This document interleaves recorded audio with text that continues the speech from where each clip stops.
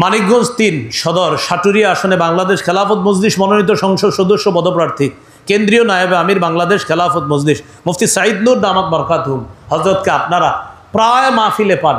হযরত খানকার মধ্যে যেমন আপনাদের আত্মশুদ্ধির কাজের জন্য চেষ্টা করেন, আমরা দোয়া করি তিনি যেন আত্মশুদ্ধির পাশাপাশি এই এলাকার মানুষের জন্য যে 10টা গুণের কথা বললাম আর 4 কাজের যোগ্যতার কথা বললাম, এই প্রতিটি কাজ যেন আল্লাহ হযরতের মাধ্যমে নেয় এবং আমরা দোয়া করি আল্লাহ যেন হযরতকে কবুল করেন। এখন দেখেন, আমি তার পক্ষে সমর্থন করা মানি এই যে করে গেলাম, আমি হযরতের পক্ষে সাক্ষী দিলাম। 2 নাম্বার, আমি তার পক্ষে সমর্থন করা মানি আমি হযরতের পক্ষে আপনাদের কাছে সুপারিশ করলাম। 3 নাম্বার, আমি আপনাদেরকে বললাম যে হযরতকে আপনারা দায়িত্বে বসান মানি আপনাদের দায়িত্বের অথরিটি প্রদান করার জন্য আমি আপনাদেরকে আবেদন করলাম। 4 নাম্বার, আমি বললাম হযরতকে আপনারা দায়িত্বে বসাতে পারেন, এই যে আপনারা বসাবেন এটা আপনাদের আমানত, আর ওই আমানতটা দেওয়ার জন্য আমি আপনাদেরকে বলতেছি আলহামদুলিল্লাহি কাফা ওয়া সালামুন আলা ইবাদিহিল্লাযীনা ইসতাফা أما بعد فأعوذ بالله من الشيطان الرجيم بسم الله الرحمن الرحيم الذين إن مكناهم في الأرض أقاموا الصلاة وآتوا الزكاة وأمروا بالمعروف ونهوا عن المنكر وقال رسول الله صلى الله عليه وسلم لو أن فاطمة بنت محمد صلى الله عليه وسلم لقطع محمد يدها أو كما قال عليه الصلاة والسلام اللهم صل على محمد وعلى آل محمد كما صليت على إبراهيم وعلى آل إبراهيم إنك حميد مجيد اللهم بارك على محمد وعلى آل محمد كما باركت على إبراهيم وعلى آل إبراهيم إنك حميد مجيد اللهم إني أعوذ بك من شر لساني ومن شر سمعي ومن شر بصري ومن شر مني জামিয়াতুস সাহাবা মানিকগঞ্জের উদ্যোগে আয়োজিত তাফসিরুল কোরআন মাহফিলের সম্মানিত সভাপতি হাকিমুন নফস আরিফ বিল্লাহ হযরত মাওলানা মুফতি সাঈদ নূর দামাত বরকাতুহুম মুহতামিম মাদ্রাসা দারুল কোরআন ওয়াস সুন্নাহ মিতরা মানিকগঞ্জ সদর, প্রধান অতিথি ডক্টর মনোয়ার হোসেন মোল্লা যুগ্ম সচিব জেলা প্রশাসক মানিকগঞ্জ, বিশেষ অতিথি প্রফেসর মোহাম্মদ ফজলুল হক প্রাক্তন অধ্যক্ষ ল কলেজ মানিকগঞ্জ, নিবেদক হাফেজ মাওলানা মুফতি মাহমুদুল হাসান প্রতিষ্ঠাতা মুহতামিম অত্র জামিয়া, খতিব প্রফেসর হাউজিং জামে মসজিদ মানিকগঞ্জ সদর, উপস্থিত হজরত উলামায়ে কেরাম মুসলমান ভাইরা, আল্লাহ তাআলা দরবারে শুকরিয়া আদায় করছি আল্লাহ আমাদেরকে এই মাহফিলে উপস্থিত হওয়ার তৌফিক দান করেছেন বলি আলহামদুলিল্লাহ। আমি আপনাদের সামনে পবিত্র কোরআনের সূরাতুল হজ এই সূরার 41 নম্বর আয়াতে কারিমা তেলাওয়াত করেছি। এই আয়াতে আল্লাহ তাআলা শাসক সম্পর্কে আলোচনা করেছেন। শাসক 4 কাজের যোগ্যতা রাখে। এমন ব্যক্তিকে শাসক নির্বাচন করা এটা মুসলমানের দায়িত্ব। কয় কাজের যোগ্যতা রাখে? 4 কাজের যোগ্যতা রাখে এমন ব্যক্তিকে শাসক বানানো, এটা আমাদের দায়িত্ব, কর্তব্য। সূরা হজের 41 নম্বর আয়াতে আল্লাহ তাআলা এই 4 কাজের যোগ্যতা রাখে শাসক সম্পর্কে আল্লাহ আলোচনা করেছেন। আল্লাহ তাআলা বলেন, আল্লাযীনা ইম্মাক্কান্নাহুম ফিল আরদি আকামুস সালাহ, যাদেরকে আমি পৃথিবীতে যদি ক্ষমতা দান করি, পৃথিবীতে যদি ক্ষমতা অধিষ্ঠিত করি, তাদের কাজ হবে মৌলিকভাবে 4টা। আকামুস সালাহ, 1 নাম্বার তারা নামাজ কায়েম করবে, নামাজ প্রতিষ্ঠিত করবে, এটা হবে প্রথম কাজ। শাসকের প্রথম কাজ নামাজ প্রতিষ্ঠিত করা। আমরা যাকে দায়িত্বে বসাবো তার যেনই যোগ্যতা থাকে, তিনি নামাজ প্রতিষ্ঠিত করবে, তাহলে নিজে নামাজি হতে হবে। এমন মানুষকে দায়িত্বে বসানো উচিত যিনি নিজেও নামাজি এবং নামাজ প্রতিষ্ঠিত করার চেষ্টা করবে। এলো 1 নাম্বার। ওয়া আতাউজ যাকাত, যিনি যাকাত আদায় করবে। আমাদের দেশে একটা স্লোগান আছে, দারিদ্র মুক্ত বাংলাদেশ চাই। এই স্লোগান বাস্তবায়নের জন্য ক্ষুদ্র ঋণ দেয় সুদে। ক্ষুদ্র ঋণ, সে ঋণ আবার কিসে দেওয়া হয়? সুদ। ওই ঋণ পরিশোধ করতে হবে, সাথে সুদও দিতে হবে। সুদ ভিত্তিক অর্থ ব্যবস্থায় একজন ধনী হবে, হাজারে গরিব হবে। একজন ব্যক্তি 100 জনকে ঋণ দিছে, এই 100 জন ঋণ পরিশোধ করবে, সাথে সুদ। তো একজন ধনী হইতেছে, আর ওই 100 জন আগে গরিব ছিল, গরিব থাকার কারণে তো ঋণ নিছে, নেওয়ার পর এখন ঋণ পরিশোধ করতে গিয়ে সাথে আবার সুদ দিছে, দেওয়ার পর আগের চেয়ে আরো গরিব হয়েছে। সুদ ভিত্তিক অর্থ ব্যবস্থায় গরিব আগের চেয়ে আরো গরিব হয়। যাকাত ভিত্তিক অর্থ ব্যবস্থায়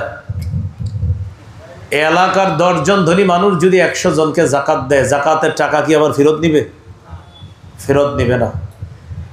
যাকাত ভিত্তিক অর্থ ব্যবস্থায় গরিব ধনী হয়, সুদ ভিত্তিক অর্থ ব্যবস্থায় মানুষ আগের চেয়ে আরো গরিব হয়। তাহলে বলেন কোন অর্থ ব্যবস্থা দেশে দরকার, সুদ ভিত্তিক না যাকাত? এই যাকাত ভিত্তিক অর্থ ব্যবস্থা প্রতিষ্ঠিত করার জন্য এমন একজন যোগ্য শাসককে আমাদের দায়িত্বে বসাতে হবে, যিনি রাষ্ট্রীয়ভাবে যাকাতের বিধান চালু করবে। 1 নাম্বার নামাজ। এই রাষ্ট্রের প্রতিটা মুসলমানের জন্য নামাজ আল্লাহর পক্ষ থেকে ফরজ। এটা যদি আদায় না করে শাসক আইন করবে, প্রয়োজনে জেলে ভরবে নামাজ না পড়ার অপরাধে। এরকম শাসক বসাতে হবে। 2 নম্বর, যাকাত ভিত্তিক অর্থ ব্যবস্থা চালু করবে দেশ, এটা হলো 2 নম্বর। 3 নম্বর, ওয়া আমারু বিল মা'রুফ, যিনি সৎ কাজের আদেশ করবে। 4 নম্বর, ওয়া নাহাউ আনিল মুনকার, যিনি অসৎ কাজ থেকে নিষেধ করবে। এই 4 কাজের যোগ্যতা রাখে এমন একজন ব্যক্তিকে শাসক বানাতে হবে। আল্লাহ তাআলা আমাদেরকে কথাগুলা মনে রাখার তৌফিক দান করেন। আমিন। তাহলে কয় কাজের যোগ্যতা রাখে? 4 কাজের। এবার আমরা জানবো যাকে আমরা দায়িত্বশীল বানাবো তার কি গুণ হবে। কাজ হবে 4টা, এবার জানবো গুণ কি কি হবে। যাকে আমরা শাসন ক্ষমতায় বসাবো, রাষ্ট্রীয় অথবা আমাদের এই এলাকার, আমাদের যাদেরকে আমরা দায়িত্বশীল বানাবো, তার 1 নাম্বার গুণ হবে তিনি আল্লাহমুখী হবে। তিনি কি হবে? আল্লাহমুখী। সুলাইমান আলাইহিস সালাতু ওয়াস সালামকে আল্লাহ তাআলা এত বড় শাসন ক্ষমতা দান করার পরেও তিনি আল্লাহমুখী ছিলেন। সূরা সদের 30 নম্বর আয়াতে আল্লাহ বলেন, ওয়া ওয়াহাবনা লিদাউদা সুলাইমান নি'মাল আবদু ইন্নাহু আওয়াব। আমি দাউদ নবীকে একজন পুত্র সন্তান দান করলাম সুলাইমান নামে। এই সুলাইমানকে আমি আল্লাহ ক্ষমতা দান করার পর যত বেশি ক্ষমতা দিলাম, ইন্নাহু আওয়াব, সুলাইমান তত বেশি আমার কাছে ফিরে আসে, আমার প্রতি ঝুঁকে পড়ে। আমি যত ক্ষমতা দিলাম তিনি তত বিনয়ী হয়েছেন, আমার অভিমুখে তত বেশি এসেছে।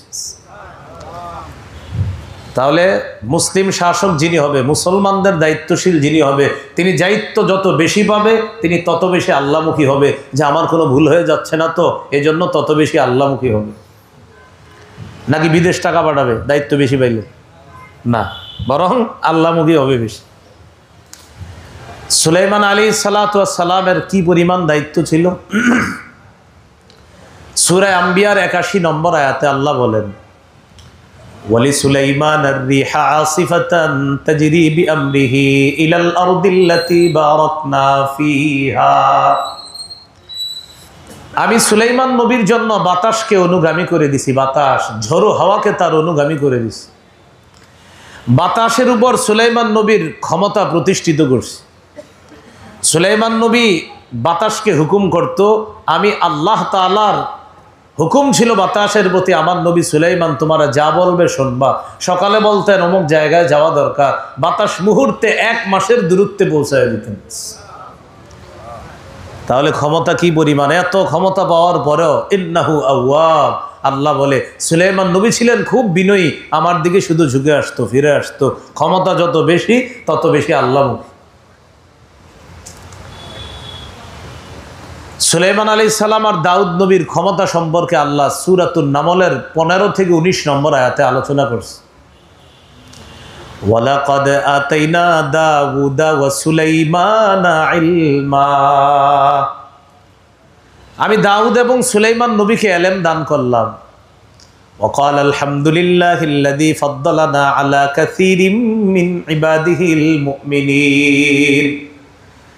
দাউদ নবী এবং সুলাইমান নবী তারা দুইজন আল্লাহর প্রশংসা করলেন। সমস্ত প্রশংসা ওই আল্লাহর, যে আল্লাহ আমাদেরকে তার অনেক বান্দাদের উপর শ্রেষ্ঠত্ব দান করেছেন। ওই আল্লাহর প্রশংসা করছি আমরা। বলেন তো, শ্রেষ্ঠত্ব দান করার পর নবী দাউদ আর সুলাইমান প্রশংসা করলেন কার? কি শিখলাম? তাদেরকে আল্লাহ মর্যাদা দেয় আর তারা তত বেশি আল্লাহর গুণগান গায়। তাদেরকে আল্লাহ মর্যাদা দেয়, তারা গুণগান গায় আল্লাহর। এরপরে আল্লাহ বলেন, ওয়ারিসা সুলাইমানু দাউদ ওয়া ক্বালা ইয়া আইয়ুহান নাস উল্লিমনা মানতিকাত তায়র ওয়া উতিনা মিন কুল্লি শাই। দাউদ নবীর উত্তরাধিকার হলেন সুলাইমান নবী। দাউদ নবী ফিলিস্তিন শাসন করছে ৪০ বছর, সুলাইমান নবী শাসন করছে ৪০ বছর। বাবা আর সন্তান মিলে ফিলিস্তিন শাসন করছে ৮০ বছর। মনে রাখবেন, দাউদ নবী ফিলিস্তিন শাসন করছে ৪০ বছর।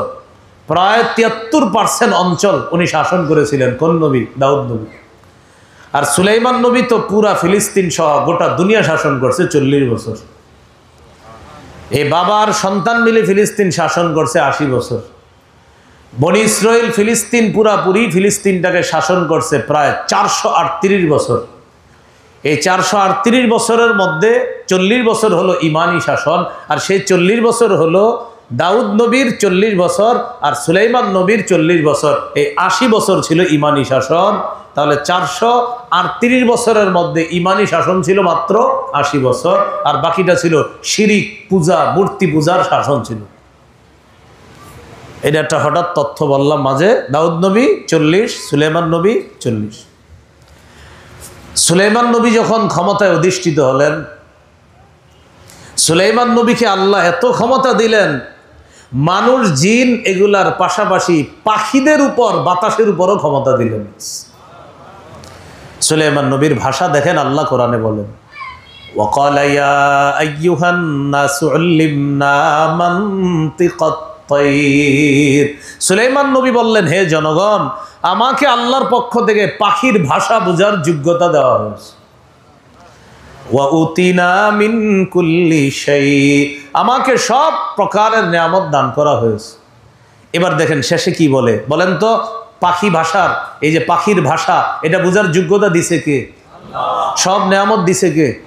এবার শেষে সুলাইমান নবী কি বলে দেখেন, ইন্না হাযা লাহুয়াল ফাদলুল মুবিন। সুলাইমান নবী বলে, শোনো, এই যে আমার এই যোগ্যতা, এটা আমার নিজের কোনো কৃতিত্ব না, এটা রবের পক্ষ থেকে স্পষ্ট অনুগ্রহ আমার প্রতি। আমি আপনাদেরকে যেটা বুঝাইতে চাইতেছি, মুসলিম শাসকের 1 নাম্বার গুণ, তার ক্ষমতা যত বাড়ে তিনি তত বেশি আল্লাহমুখী হয়। আমাদের দেশের বিষয়টা সম্পূর্ণ ভিন্ন, শুধু ক্ষমতায় বসার কিছুদিন আগে একটু ধার্মিক সাজে, পরে কিন্তু থাকে না। তাহলে কি শিখলাম? মুসলিম শাসকের 1 নাম্বার গুণ হবে তিনি আল্লাহমুখী হবে। সুলাইমান নবীর ব্যাপারে পরে কি বলে আল্লাহ দেখেন, ওয়াহুশিরা লিসুলাইমানা জুনুদুহু মিনাল জিন্নি ওয়াল ইনসি ওয়াত তায়রি ফাহুম ইউযাউন। সুলাইমান নবীর জন্য জিন ইনসানকে সমবেত করা হলো, ফাহুম ইউযাউন, তাদেরকে সুবিন্যস্ত করা হতো, সুলাইমান নবীর পক্ষ থেকে তাদেরকে নিয়ন্ত্রণ করা হতো। জিন জাতি, মানুষ, পাখি সবগুলাকে আলাদা আলাদা সুলাইমান নবী নিয়ন্ত্রণ করতে একটু কষ্ট হতো না, সুশৃঙ্খলভাবে সুলাইমান নবী তাদেরকে নিয়ন্ত্রণ করতেন। আল্লাহ এই যোগ্যতা সুলাইমান নবীকে দিয়েছে। একদিন সুলাইমান নবী বহর নিয়ে রওনা করছে, মজার ঘটনা দেখেন, বহর নিয়ে রওনা করছে। হাত্তা ইদা আতাউ আলা ওয়াদিন নাম, একদিন সুলাইমান নবী রওনা করলেন, বহর নিয়ে রওনা করে এক পিপিলিকার এলাকায় গিয়ে বসলেন, পিঁপড়ার এলাকা, যেখানে পিঁপড়া বসবাস করে। ক্বালাত নামলাতু ইয়া আইয়ুহান নামলু দুখুলু মাসাকিনাকুম। পিঁপড়ার রানী পিঁপড়ার সম্প্রদায়কে ডেকে বলল, ও পিঁপড়ার দল, তোমরা গর্তে প্রবেশ করো, তোমরা তাড়াতাড়ি তোমাদের গৃহে প্রবেশ করো। লা ইয়াহতিমান্নাকুম সুলাইমানু ওয়া জুনুদুহু ওয়া হুম লা ইয়াশউরুন। সুলাইমান নবী আর তার বাহিনী যেন না জেনে তোমাদেরকে পিষে না ফেলে। সুলাইমান নবী বিশাল বাহিনী নিয়ে আসছে, হতে পারে অজান্তে তোমাদেরকে পিষে ফেলতে পারে, তোমরা তাড়াতাড়ি গর্তে ঢুকো। সুলাইমান নবী আর তার বাহিনী হাঁটবে এই দিক দিয়ে, হাঁটার সময় তোমরা ছোট্ট প্রাণী, তোমাদেরকে না দেখতে পারে, তোমরা মারা যেতে পারো, তাড়াতাড়ি গর্তে ঢুকো। সুবহানাল্লাহ। সুলাইমান নবী এই কথাটা শুনে ফেলছে, পিঁপড়ার কথাটা শুনে ফেলছে। শোনার সাথে সাথে ফাতাবাসসামা দাহিকাম মিন কাউলিহা, পিঁপড়ার কথাটা সুলাইমান নবী বুঝে ফেললেন আর একটা মুস্কি হাসি দিলেন যে আমার রব আমার পিঁপড়ার ভাষা বোঝার যোগ্যতা দান করছে। কি করলেন? একটা মুস্কি হাসি দিলেন। মুস্কি হাসি কেন দিলেন? যে পিঁপড়ার কথা তো আমি বুঝে ফেলছি যে পিঁপড়া কিভাবে তার জাতিরে বাঁচাইতেছে। এবার দেখেন সুলাইমান নবী শেষে কি বলে, এটা আজকে আপনাদেরকে বলা উদ্দেশ্য আমার। وقال رب أوزعني أن أشكر نعمتك التي أنعمت علي। সুলাইমান নবী বললেন, আল্লাহ আপনি আমাকে তৌফিক দেন, এই যে আমাকে নেয়ামত দান করলেন, আমি আজকে পিঁপড়ার ভাষা বুঝে ফেললাম। আল্লাহ কত বড় নেয়ামত আমার প্রতি আপনার। মাবুদ, এই নেয়ামত পেয়ে যেন আমি আপনার শুকরিয়া আদায় করতে পারি, আরো বেশি তৌফিক দেন যেন আরো বেশি আপনার কৃতজ্ঞতা প্রকাশ করতে পারি। আমার আলোচ্য বিষয় ছিল কি? মুসলিম শাসকের 1 নাম্বার গুণ, তিনি যত বেশি শাসন ক্ষমতায় অধিষ্ঠিত হবে তত বেশি আল্লাহমুখী হবে, তিনি সব কিছুর কৃতিত্ব দিবে আল্লাহকে। এই দেশ আল্লাহর, এই রাষ্ট্র আল্লাহর, দেশের মালিক আল্লাহ, রাষ্ট্রের মালিক আল্লাহ, এটা আমাদের বিশ্বাস। আলা লাহুল খালকু ওয়াল আমরু, শোনো, সৃষ্টি যার, হুকুম তার। বলেন সৃষ্টিকার আল্লাহ, তো হুকুম হবে কার? আমাদের দেশে স্লোগান শিখায় জনগণ সকল ক্ষমতার উৎস। নাউজুবিল্লাহ। এই বিশ্বাস যাদের থাকবে ঈমান চলে যাবে, এটা সঠিক বিশ্বাস না। অনেকের গেঞ্জির পিছনে লেখা থাকে people are source of all power, জনগণ সকল ক্ষমতার উৎস। নাউজুবিল্লাহ পড়ে। আমাদের বিশ্বাস সকল ক্ষমতার উৎসকে আল্লাহ। তাহলে বলেন দেশ কার? আমরা কার? তাহলে আমরা চলবো, হুকুম হবে কার? তাহলে আমরা কার? হুকুম হবে কার? ব্যাস, মানুষের কোনো হুকুম হবে না। মুসলমানের বিশ্বাস আমরা আল্লাহর, আমাদের উপর হুকুমও চলবে আল্লাহ। তাহলে আল্লাহর হুকুম প্রতিষ্ঠিত হোক জমিন, এটা কি চান? আসলে চান সবাই? আল্লাহ আমাদেরকে জমিনে ইসলাম প্রতিষ্ঠিত করার তৌফিক দান করেন। তাহলে মুসলিম শাসকের 1 নাম্বার গুণ আল্লাহমুখী হওয়া। কয় কাজের যোগ্যতা রাখে ভুলে গেছেন? মাশাআল্লাহ। এবার আমরা গুণ জানতেছি। 1 নাম্বার গুণ আল্লাহমুখী হওয়া। মুসলিম শাসকের 2 নাম্বার গুণ ইনসাফ প্রতিষ্ঠিত করা। কি প্রতিষ্ঠিত করা? ইনসাফ।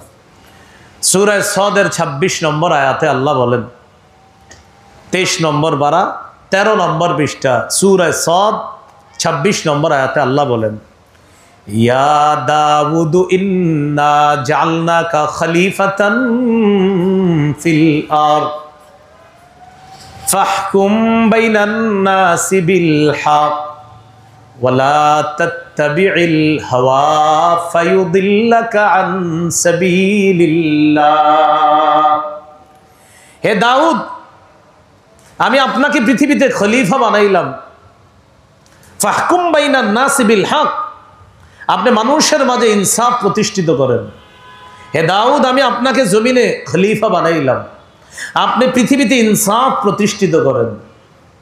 ওয়ালা তাত্তাবি'ল হাওয়া, আপনি মনের কথা শুনেন না, ইনসাফ প্রতিষ্ঠিত করতে গিয়ে নিজের মনের কথা শুনবেন না। ফায়ুদিল্লাকা আন সাবিলিল্লাহ, আপনি যদি ইনসাফ প্রতিষ্ঠিত করতে গিয়ে আপনার মনের কথা শোনেন, এটা আপনাকে পথভ্রষ্ট করে দিবে। আল্লাহ একজন নবীরে এই কথা বলতেছে, আপনি মনের কথা শুনবেন না, আমি আল্লাহ যেমনি বলছি এটা করেন। আপনি আপনার মন কি বলছে এটা কখনো শুনেন না, আপনি ইনসাফ প্রতিষ্ঠিত করেন। এই জন্য আমি আপনাকে খলিফা বানাইছি। তাহলে বলেন তো, মুসলমানদের প্রতিনিধি যিনি হবে, আল্লাহর পক্ষ থেকে যিনি দায়িত্বশীল হবে, তার কাজ হবে আমাদের উপর কি প্রতিষ্ঠিত করা? ইনসাফ। এটা তার 2 নম্বর গুণ। মুসলিম শাসকের 2 নম্বর গুণ ইনসাফ প্রতিষ্ঠিত করা। সহিহ বুখারীর বর্ণনা 6788 নম্বর হাদিস। এই হাদিসের মধ্যে আসছে, একবার আরবের একটা সম্ভ্রান্ত গোত্র আছে, মাকজুমি গোত্র। এই মাকজুমি গোত্রের এক মেয়ে চুরি করছে, মেয়ের নাম ফাতেমা। মেয়ের নাম কি? আমাদের নবীজির মেয়ের নাম কি? আর যে মেয়েটা চুরি করছে তার নামও কি? ফাতেমা। আবার সম্ভ্রান্ত বংশের মেয়ে। সম্ভ্রান্ত বংশের মেয়ে ফাতেমা চুরি করার কারণে বড় বড় নেতা যারা, তাদেরকে বিষয়টা ভাবিয়ে তুললো। হাদিসের ভাষ্য, কদ আহাম্মাতহুম, বিষয়টা ভাবিয়ে তুললো নেতাদেরকে যে ফাতেমা সম্ভ্রান্ত বংশীয় মেয়ে চুরি করলো, এখন তো কোরআনের বিধান অনুযায়ী তার হাত কাটা হবে। কি কাটা হবে? হাত। এখন বড় বড় নেতারা পরামর্শ করলো যে মুহাম্মদ সাল্লাল্লাহু আলাইহি সাল্লামের সাথে একটু কথা বইলা আইনটা একটু শিথিল করা যায় কিনা দেখি, অর্থাৎ হাত না কাইটা একটু শাস্তিটা কম হোক, যেহেতু সম্ভ্রান্ত বংশীয় একটা মেয়ে। যেমন আমাদের দেশে গরিব মানুষ চুরি করলে এটার নাম হয় চোর, ধনীরা চুরি করলে এটার নাম হয় অর্থ পাচার। বুঝেন নাই কথাটা? না, আপনারা বুঝেন নাই আসলে। গরিব চুরি করলে কি হয় নাম, আর ধনীরা চুরি করলে এটার নাম হয় অর্থ পাচার। না, এটার নাম কিসের অর্থ পাচার? চোর। এটার নাম কি? চোর। অর্থ পাচার মানে চুরি কইরা, টাকা চুরি কইরা পাঠাইছে, এমনি বলবেন অর্থ পাচার, মানে সম্মানসূচক বাক্য। অর্থ পাচার মানে চুরি, লেখে অর্থ পাচার। অর্থ পাচার কেলেঙ্কারিতে অমুকে না, লিখবেন চুরির ঘটনায় অমুকে এইভাবে জেলখানায় গেছে, লেখে অর্থ পাচার। তো গরিবে চুরি করলে এটার নাম হয় চুরি, ধনী চুরি করলে হয় অর্থ পাচার। যেমন গরিবে সুদ খাইলে হয় নাম হয় সুদ, আর ধনী মানুষ সুদ খাইলে হয় ইন্টারেস্ট। কি আজীব কথা! আর ইন্টারেস্ট ইংরেজি বললে একটা স্মার্টনেস কাজ করে। সম্ভ্রান্ত বংশীয় মেয়ে চুরি করছে, তার নাম ফাতেমা। নেতারা পরামর্শ করতেছে যে একটু শাস্তিটা শিথিল করা যায় কিনা। কি করা যায়? মুহাম্মদ সাল্লাল্লাহু আলাইহি সাল্লামের সাথে কথা বলতে হবে শাস্তি শিথিল করার ব্যাপারে। বড় বড় সাহাবীদেরকে আইনা বিষয়টা জানাইছে, আবু বকর, ওমর, তাদেরকে জানাইছে। জানানোর পর সাহাবীরা বলতেছে, আমরা পারবো না এই বিষয়ে কথা বলতে নবীর সাথে। একজন আছে নবীর সাথে কথা বলতে পারে। কয় কে? কয় নবীজির নাতি, পালক পুত্র যায়েদ বিন হারেসার ছেলে উসামা ইবনে যায়েদ, তাকে নবী খুব ভালোবাসে। আর নবীজি যেহেতু উসামারে ভালোবাসে, সেই হিসাবে নবীজির একটা দুর্বলতা আছে উসামার ব্যাপারে। ছোট্ট মানুষ, নাতি। আর সাধারণত দেখবেন আমরাও বর্তমান জামানায় উল্টাপাল্টা কিছু করলে নাতি নাতনিদেরকে নানা দাদার কাছে পাঠায় দেয়, তুই গিয়ে একটু বুঝা তোর দাদারে, তোর নানারে, কারণ আমরা ভয়ে কিছু বলি না। তো সবাই পরামর্শ করে কি করা যায়, নবীর কাছে কারা পাঠানো যায়? নবীর নাতি উসামাকে পাঠানো। হাদিসের ভাষ্য, মাইয়াজতারি আলাইহি ইল্লা উসামা ইবনে যায়েদ হিব্বু রাসূলিল্লাহ। এই ব্যাপারে নবীর সামনে যাওয়ার দুঃসাহস একজনের আছে, সে হলো উসামা। উসামা ছাড়া অন্য কেউ পারবে না। কেন? উসামারে নবী খুব ভালোবাসে। নবীজি ছোট্টবেলায় উসামারে রানের উপর বসায়া হাসান হুসাইন দুইজনকে জড়ায়া ধরে আল্লাহর কাছে বলতেন, আল্লাহুম্মা আরহামহুমা ফাইন্নী আরহামহুমা, আল্লাহ এই দুইজনকে আমি খুব মায়া করি, আপনিও তাদেরকে মায়া করেন। বুখারীর 6003 নম্বর হাদিসে আছে। তো তাদের একজনকে উসামা। এবার মুরব্বী সাহাবীরা হযরত উসামাকে ডাকছে, উসামা একটু এদিকে আসো। তুমি একটু নবীর কাছে যাবা। যাওয়ার পর ওই সম্ভ্রান্ত বংশীয় একটা মেয়ে ফাতেমা চুরি করছে, একটু নবীজিরে দেখো না, বইলা শিথিল করা যায় কিনা আইনটা। উসামা ইবনে যায়েদ রাদিয়াল্লাহু তাআলা নবীজির কাছে গেছে। যাওয়ার পর নবীজিকে বলতেছে, আপনার সাথে আমি একটু কথা বলতাম। নবীজি বললেন, বলো কি বলবা। নবীজি খুব ভালোবাসে, মায়া করে। তো দাদার সামনে নাতি কথা বলবে। এখন বলতেছে, একটা মেয়ে ফাতেমা নাম সম্ভ্রান্ত বংশীয় মেয়েটা চুরি করছে। আচ্ছা, এখন কি বলতে চাও? বিচারে তো হাত কাটা হয়, একটু কি শিথিল করা যায় না বিচারটা? একটু ছোট্ট শাস্তি দেওয়া যায় না? নবীজি বললেন, উসামা তুমি নিজে থেকে আসো নাই, কেউ পাঠাইছে তোমার। আতাশফাউ ফি হাদ্দিম মিন হুদুদিল্লাহ, তুমি কি আল্লাহর আইনের ব্যাপারে আমারে সুপারিশ করতেছো উসামা? বাংলাটা আবার মনে রাখেন কি বলে, উসামা আল্লাহর আইন শিথিল করার ব্যাপারে আমাকে তুমি সুপারিশ করছো? আবার বলছি, উসামা তুমি কি আল্লাহর আইন শিথিল করার ব্যাপারে আমারে সুপারিশ করতেছো? আমি জানি তোমারে কারা পাঠাইছে, চলো। নবীজি হযরত উসামাকে নিয়ে বাহিরে আসলেন। সবাই দাঁড়ায় রয়েছে। সবার সামনে নবী দাঁড়ায় একটা ভাষণ দিলেন, স্বর্ণাক্ষরে লিখে রাখার মতো ভাষণ। নবীজি বললেন, শোনো, তোমরা উসামারে পাঠাইছো সম্ভ্রান্ত বংশীয় ফাতেমার শাস্তির বিধান একটু শিথিল করার জন্য। আল্লাহর কসম, লাউ আন্না ফাতিমাতা বিনতা মুহাম্মাদিন সারাকাত, আজকে যদি আমি মুহাম্মদের কন্যা ফাতেমা চুরি করত, লাকাতা মুহাম্মাদুন ইয়াদাহা, আমি মুহাম্মদ আমার কন্যা ফাতেমার হাত কেটে দিতাম। তোমরা আসছো কোন সম্ভ্রান্ত বংশীয় ফাতেমাকে নিয়ে, আমি আল্লাহর আইন বাস্তবায়ন করার জন্য।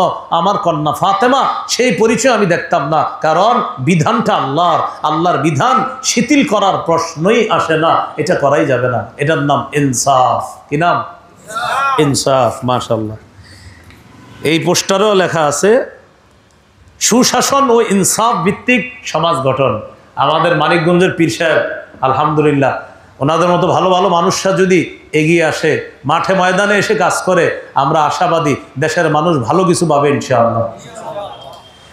তাহলে মুসলিম শাসকের 1 নম্বর গুণ হলো আল্লাহমুখী হওয়া, 2 নম্বর গুণ ইনসাফ প্রতিষ্ঠিত করা। মুসলিম শাসকের 3 নম্বর গুণ অন্যায়ের পথ পরিহার করে সংশোধনের পথে চলা। সুবহানাল্লাহ। মুসলিম শাসকের 3 নম্বর গুণ অন্যায়ের পথ পরিহার করে সৎ পথে চলা। এটার 2টা আরবি আছে, ইফসাদের পথ পরিহার করে ইসলাহের পথে চলা। অন্যায়ের পথ পরিহার করে, ফাসাদের পথ পরিহার করে ইসলাহ তথা সংশোধনের পথে চলা। তাহলে একটা হলো ইফসাদ আর একটা ইসলাহ। মুসলিম শাসকের 3 নম্বর গুণ, উনি ইফসাদের পথ পরিহার করবে। ইফসাদ মানে দেশে নৈরাজ্য সৃষ্টি করা, বিশৃঙ্খলা সৃষ্টি করা। এই বিশৃঙ্খলা সৃষ্টির পরিবর্তে ইসলাহ তথা সংশোধনের পথে চলা, এটা মুসলিম শাসকের 3 নম্বর গুণ। সূরা আরাফের 42 নম্বর আয়াত।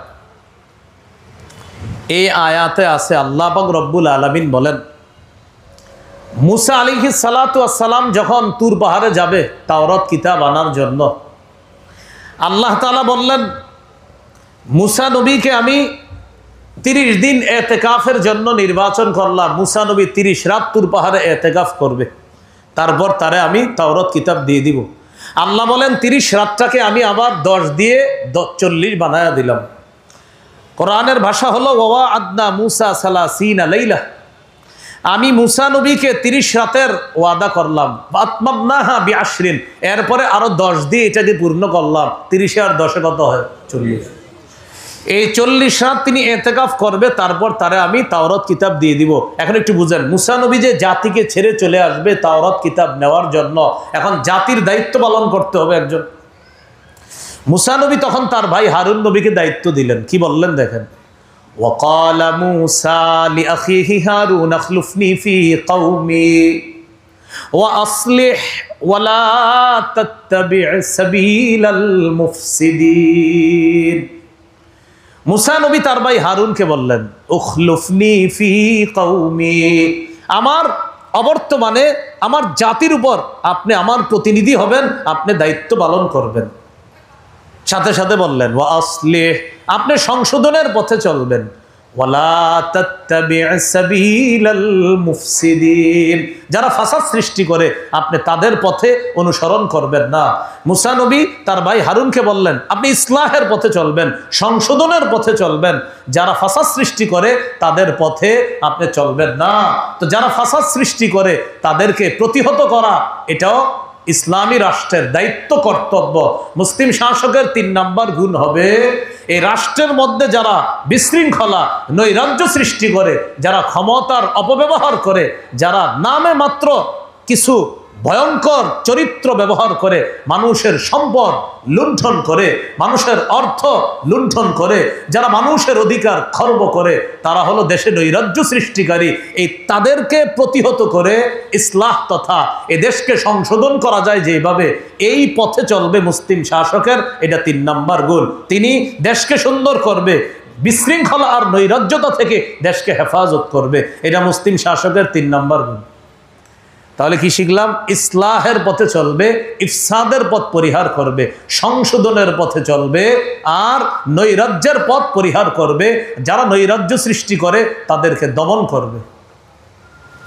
কয় নাম্বার গুণ হলো? 3। 4 নাম্বার গুণটা এটা সুন্দর বাংলা, একটু আমার সাথে সবাই বলেন, বলেন শিষ্টের লালন, দুষ্টের দমন। মুসলিম শাসকের 4 নাম্বার গুণ শিষ্টের লালন, দুষ্টের দমন। সহজ বাংলা, ভালোকে লালন করা, খারাপকে দমন করা। না, আমাদের দেশে একটু চিন্তা করেন, সম্পূর্ণ উল্টা। আমাদের দেশে খারাপ যারা তাদেরকে লালন করা হয়, আর ভালোদেরকে দমন করে ভিতরে আপনার ঢুকানো হয়। খারাপকে লালন করা হয়, ভালো মানুষকে দমন করা হয়। অথচ নিয়ম ছিল ভালোকে লালন করা, খারাপকে দমন করা। মুসলিম শাসকের 4 নাম্বার বৈশিষ্ট্য শিষ্টের লালন, দুষ্টের দমন। ভালোকে লালন করা আর দুষ্টকে দমন করা, এটা 4 নাম্বার বৈশিষ্ট্য। সূরা কাহফ 83 থেকে 92 নম্বর আয়াত। এই আয়াত পর্যন্ত আল্লাহ পাক রব্বুল আলামিন 2টা আলোচনা করছে।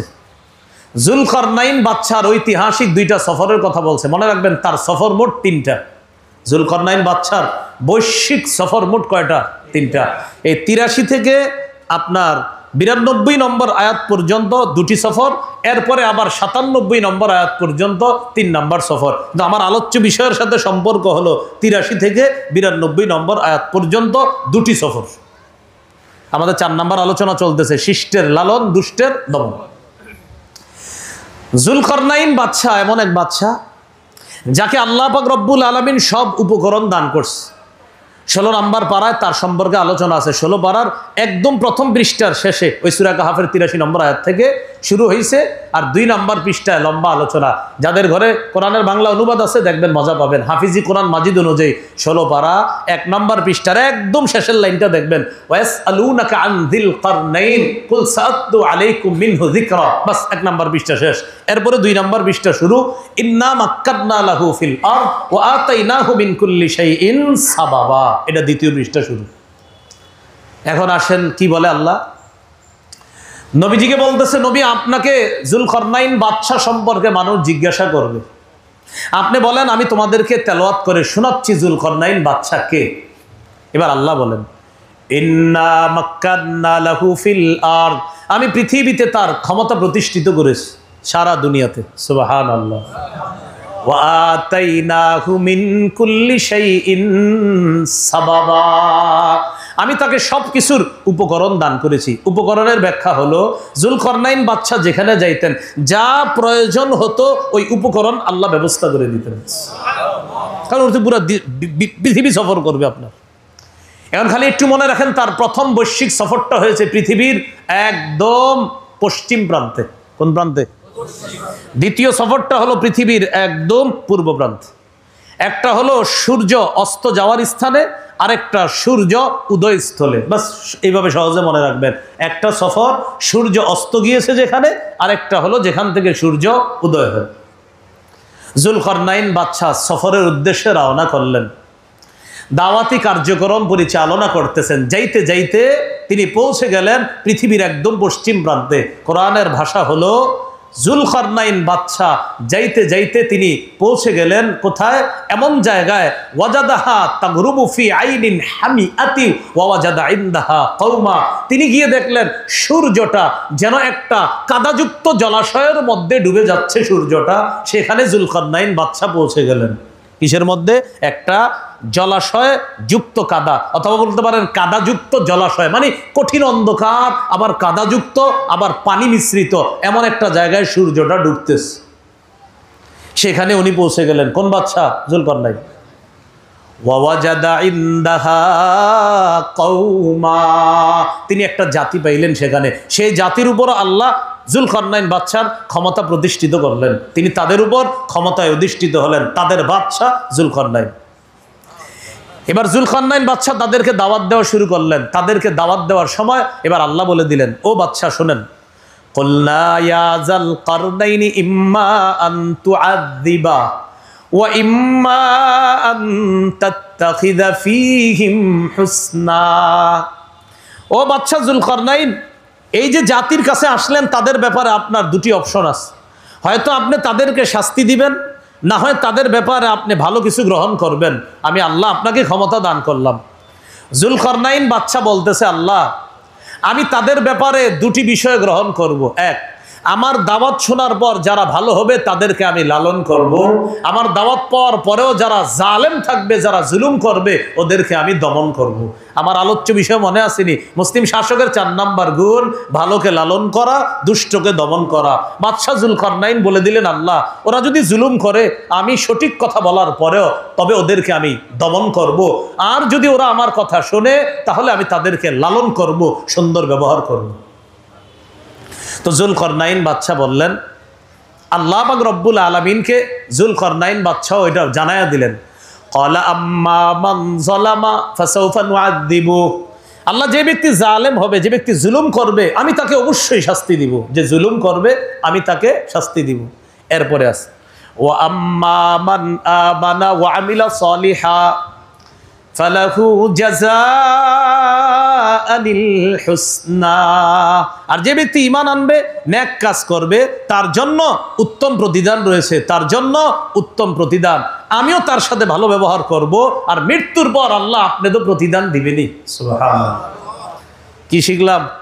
মুসলিম শাসকের 4 নাম্বার বৈশিষ্ট্য, ভালোকে লালন করা, দুষ্টকে দমন করা। এই জন্য আমাদের দেশে এমন শাসক দরকার। এই মানিকগঞ্জে এমন ব্যক্তি দায়িত্বশীল দরকার, যিনি ভালো মানুষগুলাকে লালন করবে, খারাপগুলাকে দমন করে এই দেশকে, এই এলাকাকে একটা সুন্দর এলাকা হিসাবে প্রতিষ্ঠিত করবে। এটা আমাদের প্রত্যেকের দায়িত্ব, কর্তব্য। এমন কাউকে আমাদের প্রতিনিধি বানানো। এটা কি প্যান্ডেলের নিচেই ঠিক, না বাহিরেও ঠিক? আল্লাহ আমাদেরকে সব জায়গায় ঠিক ঠিক বলার এবং ঠিক থাকার তৌফিক দান করেন। আমরা বড় আজীব, আমরা রেডিমেড ঠিকই আছি। এইখানে আবার যদি আইসা আরেকজন কথা বলবে এটাও ঠিক, আর আমি যা বললাম এটাও ঠিক। আইসা যদি মনে করেন একজন দুর্নীতিবাজ কেউ কিছু বলবে এটাও ঠিক। তো সব ঠিক হয়ে গেল। আল্লাহ আমাদেরকে বুঝার তৌফিক দান করেন। এটা হলো জুলকারনাইন বাদশার কোন পাশের সফর? পশ্চিম। আরেকটা সফর হয়েছে একদম পূর্ব পাশে, সেখানেও সেম ঘটনা। সেখানে বাদশাহ জুলকারনাইন যখন গেছে পূর্ব পাশে, যাওয়ার পর একটা জাতি পাইছে। এই জাতি বড় আজীব জাতি। এরা যে ঘরের ভিতরে থাকতে হবে এই বুদ্ধি তাদের মাথায় নাই। এরা রৌদ্রের মধ্যে বইরা থাকে। এদের যে ছায়া নিতে হবে এই ছায়া নেওয়ার যোগ্যতা তাদের নাই। এরা রৌদ্রের মধ্যেই কাটায় দিতেছে। আবার পোশাক পরিচ্ছদের ব্যাপারে তাদের কোনো খেয়াল নাই। জুলকারনাইন বাদশাহ সেখানে যাওয়ার পর দেখলেন তারা আল্লাহর নাফরমানি করে। তাদেরকে বুঝাইলেন ছায়ার উপকারিতা, তাদেরকে ঘর বাড়ির উপকারিতা বুঝাইলেন। তাদের ব্যাপারেও তিনি সিদ্ধান্ত গ্রহণ করলেন, আমার কথা যারা শুনবে ওদেরকে লালন করব, আর যারা আমার কথা শোনার পরেও জালেম হবে ওদেরকে আমি দমন করব। তাহলে দুইটা সফর থেকে আমরা জানলাম, পূর্ব পশ্চিমের সফরে তার সিদ্ধান্ত ছিল ভালোকে লালন করা আর খারাপকে দমন। এটা কয় নাম্বার কাজ মুসলিম শাসকের? মুসলিম শাসকের 5 নম্বর বৈশিষ্ট্য, জনগণের জন্য অকাতরে বিলিয়ে দেওয়া। সুবহানাল্লাহ বলেন। কার জন্য?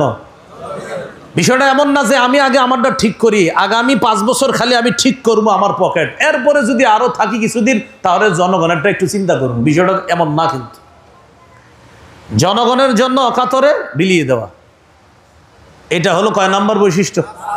5 নম্বর বৈশিষ্ট্য এটা মুসলিম শাসকের। এই কথাটা আছে জুলকারনাইন বাদশার ওই যে 3 নম্বর সফরে। আমি বলছি না সফর কয়টা? মোট 3টা। 2টা সফর থেকে পাইলাম 4 নম্বর গুণের দলিল, আর 5 নম্বর গুণ হলো জনগণের জন্য অকাতরে বিলিয়ে দেওয়া। এই দলিলটা পাবো আমরা সূরা কাহাফের 93 থেকে 97 নম্বর আয়াত পর্যন্ত, মানে জুলকারনাইন বাদশার 3 নম্বর সফর। এবার আসেন 3 নম্বর সফরটা কোন দিকে হয়েছে? কোরআনে সফরের কথা আছে, কিন্তু 3 নম্বর সফরটা কোন দিকে হয়েছে এটা নাই।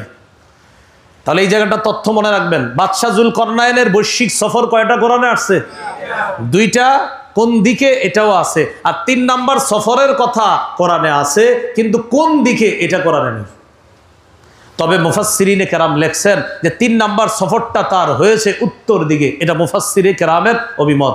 তারা ক্যালকুলেশন করে বলেছেন যে তার 3 নম্বর সফরটা হয়েছে উত্তর দিকে, রাশিয়ার আশেপাশে। সুবহানাল্লাহ। কোন দিকে? উত্তর দিকে, রাশিয়ার আশেপাশে তার সফরটা হয়েছে। তো এই 3 নম্বর সফরে কি ঘটনা ঘটছে? জুলকারনাইন বাদশা সফর করতে করতে পৃথিবীর উত্তর প্রান্তে চলে গেলেন। সেখানে যাওয়ার পর এক জাতি পাইলেন, লা ইয়াকাদুনা ইয়াফকাহুনা কাওলা। যেই জাতি জুলকারনাইন বাদশার কথা বুঝে না, আর বাদশা জুলকারনাইনও তাদের ভাষা বুঝে না। আর আমি আগেই বলছি জুলকারনাইন বাদশা যেখানে গেলে যা প্রয়োজন আল্লাহ সাথে সাথে ব্যবস্থা করে দিতেন। এখন যেহেতু তিনি তাদের ভাষা বুঝে না, তাহলে এটাও তো তার দরকার। আল্লাহ একজন দুভাষীর ব্যবস্থা করে দিছে, যেই দুভাষী তাদের ভাষাও বুঝে, বাদশা জুলকারনাইনের ভাষাও বুঝে। একজনের মধ্যস্থতায় বাদশা ওই জাতির সাথে কথা বলা শুরু করছেন। এটা একটা ব্যাখ্যা। আর একটা ব্যাখ্যা, তিনি ইশারায় কথা বলছে। ইশারায়। আর ইশারায় কথা কিভাবে? যে আল্লাহ তাআলা তাদেরকে আর জুলকারনাইনকে এমন একটা যোগ্যতা দিছে, তাদের ভাষা যেহেতু বোঝা যাচ্ছে না, ইশারায় কথা বলা শুরু করলেন, তারাও কথা বললেন। তাহলে বাদশা কথা বলছে 2 পদ্ধতিতে, হয়তো এক দুভাষীর মাধ্যমে অথবা ইশারায়। এখন আসেন সেটা কোন জায়গা? আল্লাহ তাআলা বলেন ওই জাতি জুলকারনাইন বাদশাকে বলল, বাদশা আপনি তো আমাদের বাদশা, আপনার কাছে একটা অভিযোগ আছে আমাদের। কি অভিযোগ? ইন্না ইয়াজুজা ওয়া মাজুজা মুফসিদুনা ফিল আরদ। বাদশা এই যে 2টা পাহাড় দেখতেছেন, এই 2 পাহাড়ের ওই পাশে 2টা জাতি আছে, একটা হলো ইয়াজুজ আর একটা হলো মাজুজ। এই 2 জাতি পৃথিবীতে ফাসাদ সৃষ্টি করে, তারা অন্যায় করে। আমাদের ঘর বাড়ির উপর তারা লুটতরাজ চালায়। রাতের বেলা আইসা আমাদের ঘর বাড়ির সমস্ত সম্পত্তি তারা ছিনতাই করে নিয়ে যায় প্রায় সময়। এক জাতির নাম ইয়াজুজ আর একটার নাম মাজুজ।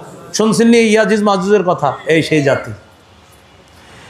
এখন তারা বলতেছে, বাদশা আপনার কাছে আমাদের একটা আবদার, আপনি এই 2টা বড় বড় পাহাড়ের মাঝখানে একটা দেয়াল নির্মাণ করে দেন, যেন ইয়াজুজ মাজুজ এই পাশে আসতে না পারে। আপনি টেনশন করেন না, দেয়াল নির্মাণ করার জন্য টাকা পয়সা যা যা লাগবে, অর্থের প্রয়োজন, আমরা আপনারে দিমু। দেখেন কি বলে, ফাহাল নাজআলু লাকা খারজান আলা আন তাজআলা বাইনানা ওয়া বাইনাহুম সাদ্দা। বাদশা আমাদের মাঝে আর ইয়াজুজ মাজুজের মাঝে যে দেয়ালটা করবেন, যদি কোনো অর্থের প্রয়োজন হয় বললেন, আমরা আপনাকে ট্যাক্স দিব, কর দিব। কারণ আপনি বাদশা মানুষ, যদি কিছু না দেই হয়তো করে দিবেন না। বাদশা জবাব দিলেন, মা মাক্কাদনি ফিহি রাব্বি খায়রুন। আল্লাহ আমাকে যা দান করেছেন, যে ক্ষমতা দিয়েছেন, এটা অনেক উত্তম। আল্লাহ আমাকে প্রচুর দিয়েছেন, আর এগুলো দিয়েছেন তোমাদের জন্য খরচ করার জন্য। তোমরা কিচ্ছু দিতে হবে না, শুধু আমার একটু সহযোগিতা করতে পারবা। বাচ্চা কি সহযোগিতা? ওই যে ওখানে লোহার পাত আছে, এই পাতগুলাও তোমাদের অর্থের প্রয়োজন নাই, এটাও আল্লাহ ব্যবস্থা করে দিবে। লোহার পাতগুলা তোমরা বহন করে 2 পাহাড়ের মাঝখানে রেখে দিবা, এতটুকু পারবা? এটা কোনো ব্যাপার না, শক্তিশালী জাতি তো। কোরআনের ভাষা, ফাআইনুনি বিকুওয়াতিন, তোমরা আমাকে একটু সহযোগিতা কইরো, একটু শক্তি খরচ কইরা। আজ আল বাইনাকুম ওয়া বাইনাহুম রাদমা, তোমাদের মাঝে আর তাদের মাঝে আমি একটা প্রাচীর নির্মাণ করে দিব। তো বাদশা বলে দিলেন, বলে দেওয়ার পর লোহার পাত নির্মাণ করলো। এই লোহার পাত আইনা দুই পাহাড়ের মাঝখানে রাখছে। খুব ভালো করে শুনলেন, দুই পাহাড়ের মাঝখানে রাখার পর লোহার পাত হয়ে গেল দুই পাহাড়ের একদম মিডল পর্যন্ত। কোরআনের ভাষা হাত্তা ইদা সাওয়া বাইনা সাদাফাইন, দুই পাহাড়ের একদম উঁচু স্থান পর্যন্ত আপনার লোহার পাতের দেয়াল নির্মাণ হয়ে গেল। এবার কথা হলো, আপনার লোহার পাত থাকলে তো হবে না, ইয়াজুজ মাজুজ যে শক্তিশালী আইসা ধাক্কা দিলেই পড়ে যাবে। বাদশা বললেন, এক কাজ করো, তোমরা আগুন জ্বালাও। আগুন কি জ্বালাও? আগুন জ্বালাও। আগুনের মধ্যে তোমরা বাতাসের ব্যবস্থা করো। এটার উপর গবেষণা করে বর্তমান কামারের কাজ করে না, ওই যে দা লোহা আপনার কুড়াল বানায়, এই কামারের যে শিল্পটা সেটা ওখান থেকে আসছে। তোমরা আগুনের মধ্যে বাতাস দাও, উনফুখু কলানফুখু ফিহা, তোমরা আগুনের মধ্যে বাতাস দাও। প্রচুর বাতাস দিলেন, সেখানে তিনি সীসা বা তামা গলাইলেন। গলানোর পর সেই গলিত মেডিসিনটা লোহার পাতের উপর তিনি দিয়ে দিলেন। ওই মেডিসিন লাগার পর একটা মজবুত প্রাচীর নির্মাণ হয়ে গেল। ইয়াজুজ মাজুজ আর চাইলেও এ পাশে আসতে পারে না। এইভাবে বাদশা জনগণের জন্য নিজস্ব অর্থায়নে সম্পূর্ণ প্রাচীরের ব্যবস্থা করে দিল। তাহলে জনগণের জন্য অকাতরে বিলিয়ে দেওয়া, এটা হলো মুসলিম শাসকের 5 নাম্বার গুণ বৈশিষ্ট্য। আর আমাদের মুসলিম শাসক যিনি হবে, তিনি তো আমাদের টাকাটাই আমাদের উপর খরচ করবে। আমাদের টাকাই তো আমাদের উপর খরচ করবে। আমাদের ট্যাক্স, গাড়ির ট্যাক্স, বাড়ির ট্যাক্স, খাজনা, এইগুলাই তো জনগণের উপর খরচ করবে। অতএব মানুষেরটা মানুষের উপর খরচ করবে। এখানে কোনো কৃপণতা করা যাবে না, বলা যাবে না প্রত্যেক ঘরে ঘরে বিদ্যুৎ যাবে, তবে যেই ঘর 7,000 টাকা করে না দিবে ওই ঘরে বিদ্যুৎ ঢুকবে না। কেন ভাই? কথার কথা, 7,000 5,000 ঘর প্রতি 5,000 দেওয়া লাগবে কেন? না খাম্বা উঠবে না। কেন উঠবে না? এটা কারা খায় জানেন? এটা পাতি নেতারা খায়, এলাকার যারা হমলা চমলা, এটা তারা খায়। এখন বলবে হুজুর কথাটা কারে বললো? যারা খায় তারে বলছি। যদি বলেন হুজুর আমি খাই, তো আপনারই বলছি, আপনি খায়েন না, এটা না যায়, এটা হারাম। কয় নাম্বার গেল? 5 নাম্বার। তাহলে 4 নাম্বার ভালোকে লালন, খারাপকে দমন। 5 নাম্বার জনগণের জন্য অকাতরে বিলিয়ে দেওয়া। 6 নাম্বার জাতির জন্য কিছু করতে পেরে সমস্ত কৃতিত্ব আল্লাহকে দেওয়া। সুবহানাল্লাহ। 6 নাম্বার গুণ, জনগণের জন্য কিছু করতে পেরে সমস্ত কৃতিত্ব কাকে দেওয়া? আবার জনগণের জন্য কিছু করলে কৃতিত্ব কাকে দেওয়া? ভাই, আল্লাহ আমাকে দিয়ে আপনাদের খেদমত করিয়েছে, আল্লাহ আমাকে দিয়ে এই ব্রিজটা করিয়েছে, আল্লাহ আমাকে দিয়ে আপনাদের এলাকার এই কাজটা করিয়েছে, এই সমস্ত কৃতিত্ব আল্লাহকে দেওয়া। দলিল সূরা কাহফের 98 নম্বর আয়াত। জুলকরনাইন বাদশা ওই যে দেয়াল নির্মাণ করে দিল, এখন সবাই প্রশংসা শুরু করছে। কারা? ওই জাতি। আপনি মাশাআল্লাহ অনেক ভালো কাজ করছেন। বাদশা জুলকরনাইন জবাব দিলেন, না, আমার এত প্রশংসা করো না। হাদা রহমাতুম মির রব্বি, এটা আমার রবের পক্ষ থেকে রহমত, দয়া, অনুগ্রহ, তাই আমি তোমাদের জন্য কিছু করতে পারছি। সমস্ত কৃতিত্ব আল্লাহর প্রশংসা করো। তাহলে 4, 5, 6 নাম্বারটা মনে রাখবেন। 4 ভালোকে লালন, খারাপকে দমন। 5 নাম্বার অকাতরে বিলিয়ে দেওয়া। 6 নাম্বার জাতির জন্য কিছু করতে পারলে কৃতিত্ব আল্লাহকে দেওয়া। আর এই দলিলটা আমরা নিচে থেকে 16 পারার 1 নম্বর পৃষ্ঠা থেকে শুরু হবে, 2 নাম্বার 3 নাম্বার পৃষ্ঠায় গিয়ে আলোচনাটা শেষ হবে। সূরা কাহফের 83 থেকে একদম 98 নম্বর আয়াত পর্যন্ত 4, 5, 6 নাম্বার গুণের দলিল। 7 নাম্বার গুণ, মুসলিম শাসকের 7 নাম্বার বৈশিষ্ট্য, তিনি, এটা আমার সাথে 2-3 বার বলেন, ঘুষ গ্রহণ করবে না। আবার বলেন, আরো জোরে বলেন। কয় নম্বর বৈশিষ্ট্য? 7। সূরা নামলের 35-36 নম্বর আয়াতে আছে। সূরা নামল 35-36 নম্বর আয়াত। এই আয়াতে আছে, রানী বিলকিসকে সুলাইমান নবী চিঠি পাঠাইছে, রানী তাড়াতাড়ি আমার কাছে সারেন্ডার করো, আত্মসমর্পণ করো, আল্লাহর বিধান মেনে নাও।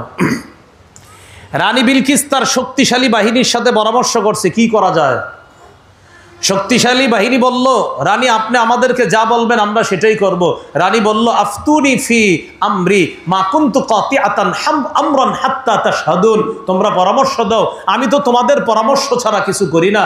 তখন তারা বলল, নাহনু উলু কুওয়া ওয়া উলু বাসিন শাদীদ, রানী আপনি টেনশন করেন না, আমরা শক্তিশালী, সুলাইমান নবী আসুক আমগোর সাথে লাগুক, ফাটায় ফেলবো। কারা বললো এটা? জনগণ। রানী বলল, সবাইরে হুমকি দিয়ে কাজ হয় না, চুপচাপ শোনো। রানী বললেন, ইন্নাল মুলুকা ইযা দাখালু ক্বরিয়াতান আফসাদুহা ওয়া জাআলু আইজ্জাতা আহলিহা আযিল্লা।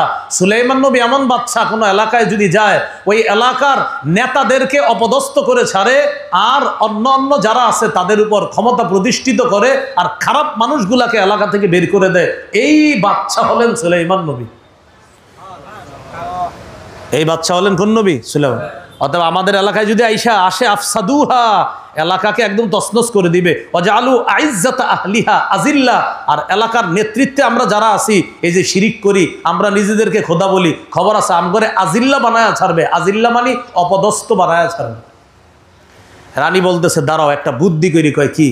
কয় সুলাইমান নবীর কাছে কিছু হাদিয়া পাঠাবো। আসলে এখানে যদিও রানীর কথা হাদিয়া, মুফাসসিরিনে কেরাম লেখছেন এটা রানীর হাদিয়া ছিল না। রানীর মনে মনে নিয়ত ছিল, হাদিয়া পাঠানোর পর যদি গ্রহণ করে তাহলে বুঝবো উনি অত ভালো মানুষ না। আমি তখন বলবো, বাচ্চা আমারে আপনি ডিস্টার্ব করেন না, আমিও আপনার ডিস্টার্ব করবো না। আপনি আপনার এলাকা নিয়ে থাকেন, আমি আমার এলাকা নিয়ে থাকি। তাহলে রানীর কথা এটা হাদিয়া, যদিও আসলে ঘুষ। আসলে কি? এখন আমরা এরকম করি, স্যার বিষয়টা একটু খেয়াল রাখেন। তো খেয়াল রাখেন হাতে কি? বিষয়টা কি রাখেন? খেয়াল রাখেন। তো ঠিক আছে, খেয়াল রাখেন হাতেটা কিটা। বাসায় নিয়ে যান, আপেল কমলা বাচ্চাদের জন্য নিয়ে যান। তো ঠিক আছে, আমি তো খাওয়াই, তো এটা কি না এমনি আপনি নিয়েন কিছু। ভাই আলোচনাটা বোঝার চেষ্টা করেন। ভালো মানুষকে দায়িত্বে আনেন, ভালো মানুষকে দায়িত্ব আনেন, ভালো মানুষদেরকে দায়িত্ব আনেন। বলেন ইনশাআল্লাহ। তো রানী যেই কথা সেই কাজ, রানী হাদিয়া পাঠাইছে। কোরআনের ভাষা, ইন্নী মুরসিলাতুন ইলাইহিম বিহাদিয়াতিন ফানাযিরাতুম বিমা ইয়ারজিউল মুরসালুন। আমি হাদিয়া পাঠাবো সুলাইমান নবীর কাছে, দেখি আমি যাদেরকে দিয়ে হাদিয়া পাঠাবো ওই দূতরা কি জবাব নিয়ে ফিরে আসে দেখি। ফালাম্মা জাআ সুলাইমান, রানীর দূতগণ যখন সুলাইমান নবীর কাছে গেছে, দূত রানীর বার্তাবাহকগণ, রানীর প্রেরিত দূতগণ যখন গেছে সুলাইমান নবীর কাছে, যে বাদশা আপনার কাছে তো রানী কিছু হাদিয়া পাঠাইছে। সুলাইমান নবী বললেন, আতুমিদ্দুনানি বিমাল, আমাকে কি সম্পদ দিয়ে সহযোগিতা করতে চাও? আমাকে সম্পদ দিয়ে সাহায্য করতে চাও?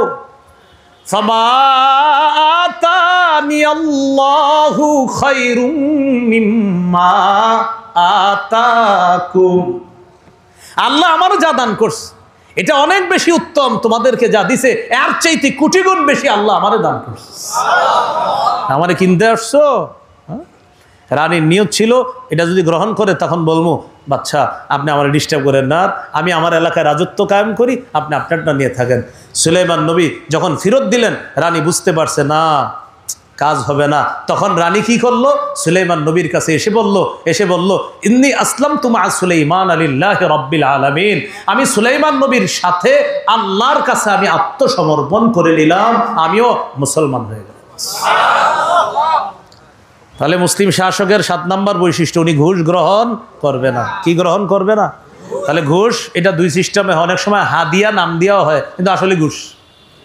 আপনি ভালো করে জানেন আসলে কি এটা হাদিয়া না ঘুষ, এটা কিন্তু ভালো করে জানেন, এই জন্য এই ঘুষ গ্রহণ করা যাবে না। 8 নম্বর বৈশিষ্ট্য মুসলিম শাসকের গুণ, তিনি রক্ষণাবেক্ষণে পারদর্শী হবে। কথাটা এইভাবে, রক্ষণাবেক্ষণ এবং অর্থনীতিতে পারদর্শী হবে। রক্ষণাবেক্ষণ এবং অর্থনীতিতে পারদর্শী হবে, এটা মুসলিম শাসকের 8 নম্বর গুণ। এবং অর্থনীতি বিষয়ে তার যথেষ্ট জ্ঞান থাকবে। সূরা ইউসুফ 55 নম্বর আয়াত, 13 নম্বর পারা, শুরু পৃষ্ঠা আছে।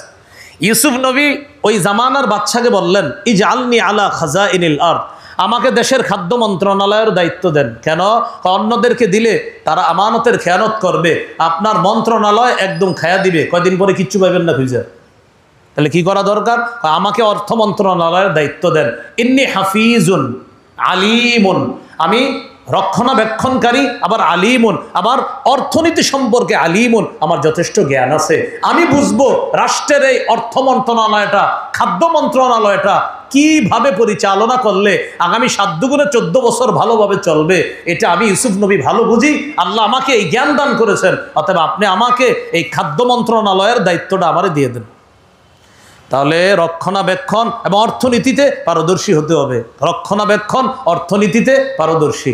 তো রক্ষণাবেক্ষণ মানে খাদ্য মন্ত্রণালয়, আর খাদ্য মন্ত্রণালয়ের সাথে অর্থের সম্পর্ক আছে, কারণ অর্থ খাদ্য দুইটার সম্পর্ক আছে। ওই সম্পর্কে যথেষ্ট জ্ঞানী হতে হবে যে কিভাবে আমাদের খাদ্য মন্ত্রণালয়ের দায়িত্বটা সঠিকভাবে পালন করলে আমাদের আগামী অর্থনীতি সচল থাকবে।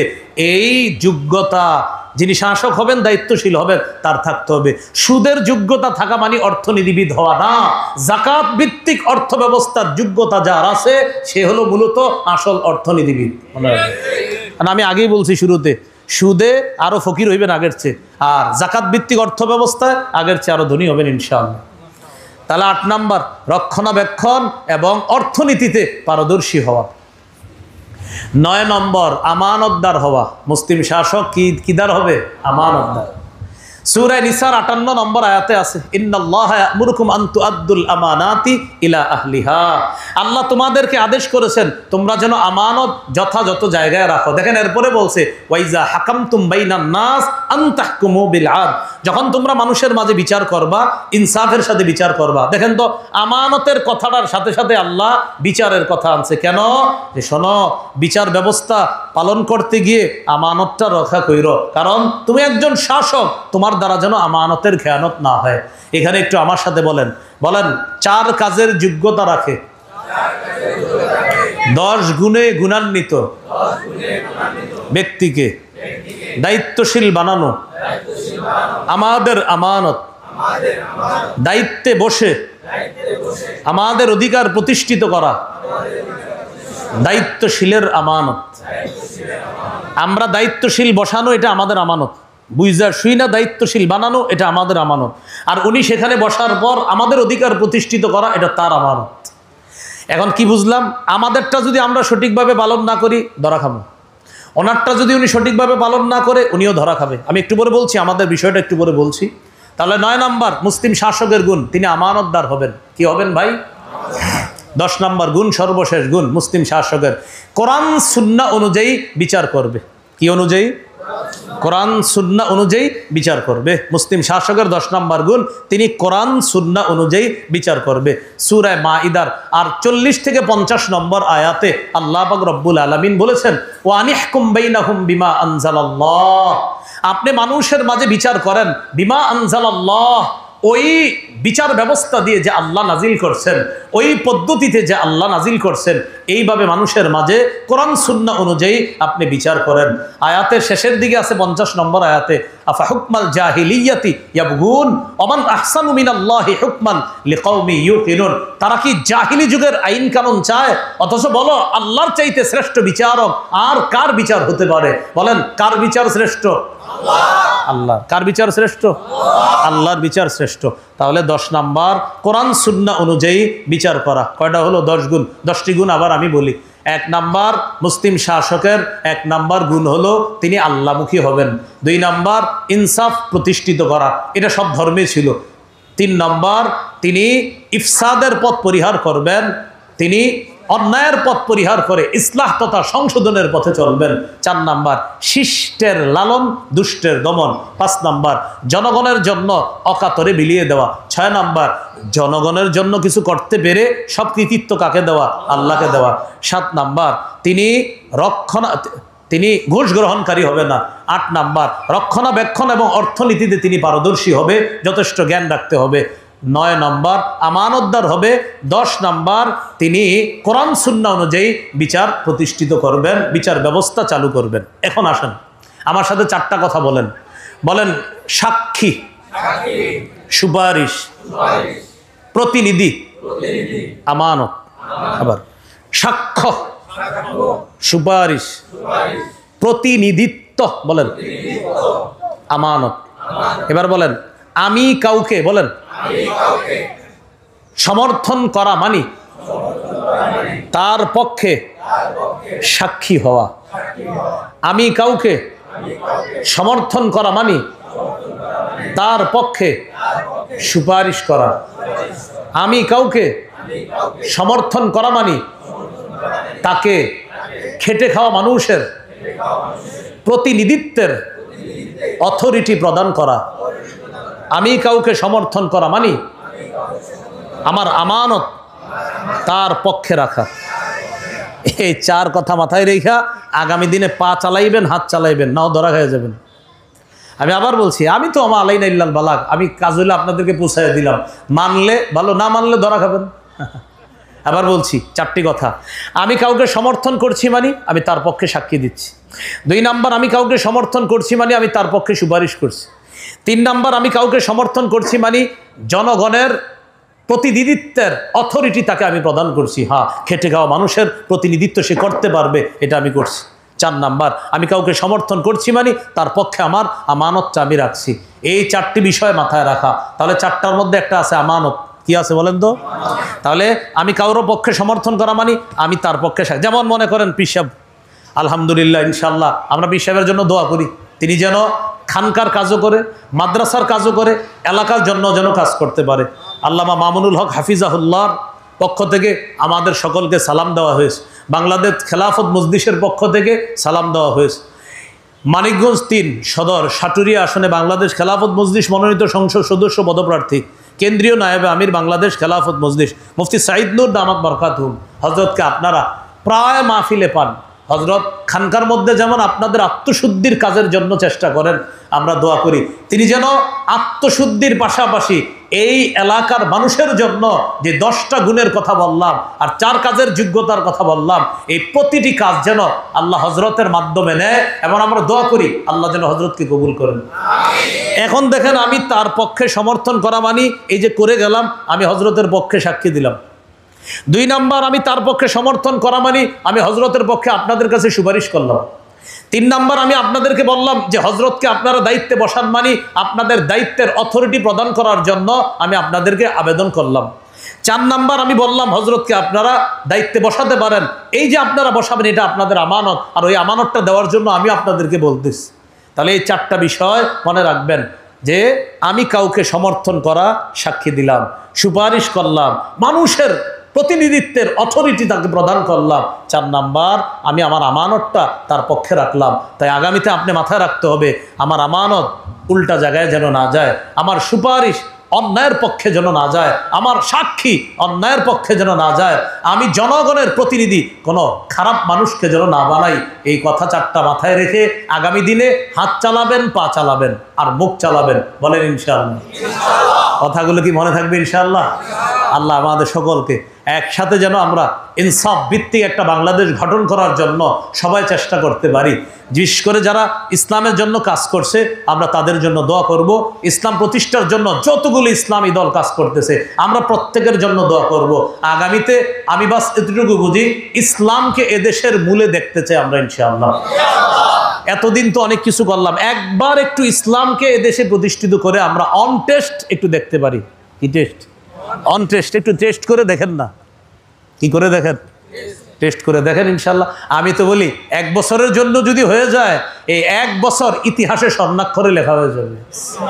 হ্যাঁ ইনশাল্লাহ ইনশাল্লাহ। আফগানিস্তান তাকান, আফগানিস্তানে তাকান, সারা দুনিয়া এখন তাদেরকে সমর্থন দিতে চায় কিন্তু মুখ দিয়া বলতে পারে না, শরমে, কারণ তাদের সবাই বিরোধিতা করছে। তো এখন আফগানিস্তান সবাইরে বুঝাই দিতেছে আমরা কাউরে গণি না, আমাদেরকে গণতে হবে।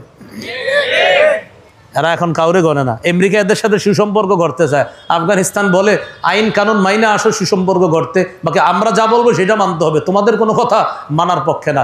তাদের একজনের বিরুদ্ধে মামলা করতে চাইছিল, আফগানিস্তান থেকে বলা হয়েছে এই সমস্ত মামলা গণায় ধরি না, কিসের মামলা, কার বিরুদ্ধে মামলা করবা, আসো সামনে আসো, পারলে গণেই না। কি করে না? গণেই না। আফগানিস্তানের পড়াশোনা করেন, দেখবেন ইনশাল্লাহ স্পৃহা আসবে যে ইনশাল্লাহ আমাদের দেশও আমরা একটা, এদেশের 90% বেশি মুসলমান, আমাদের দেশের প্রধানও হবে ইসলাম পালনকারী প্রধান, আমাদের দেশের যারা শাসিত হবে তারাও হবে ইসলাম পালনকারী শাসিত। এদেশে ইনশাআল্লাহ রাষ্ট্রীয় ধর্ম শুধু ইসলাম নামে হবে না, কাজেও হবে ইনশাআল্লাহ। সবাই রাজি আছি তো ইনশাআল্লাহ?